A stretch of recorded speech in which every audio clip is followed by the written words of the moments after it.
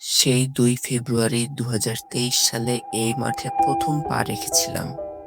সেই দিনটি ছিল কিছুটা উদ্বিগ্নের। আস্তে, আস্তে রেগুলার কলেজে যেতাম।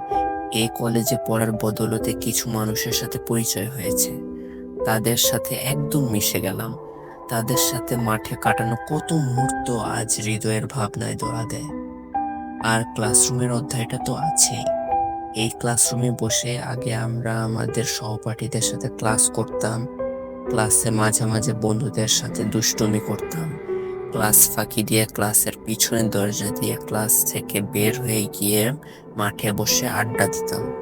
আরো কত অবলা মুহূর্ত জড়িয়ে আছে আমার এই কলেজের মাঠে। জমানো আড্ডার সেই শব্দগুলো আজও কানে ধরা দেয়।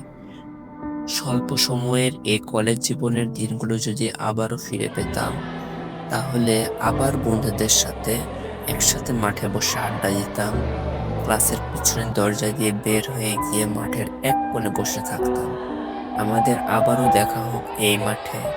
দেখা হলে বলো, আমিও ছিলাম নৈরন্তর্য ২৪। এখন ফেলে আসা সেই সব দিনগুলো শুধুই স্মৃতি, তবে মুছে যাবে না, রয়ে যাবে এ মাটির প্রতিটি কোণায়।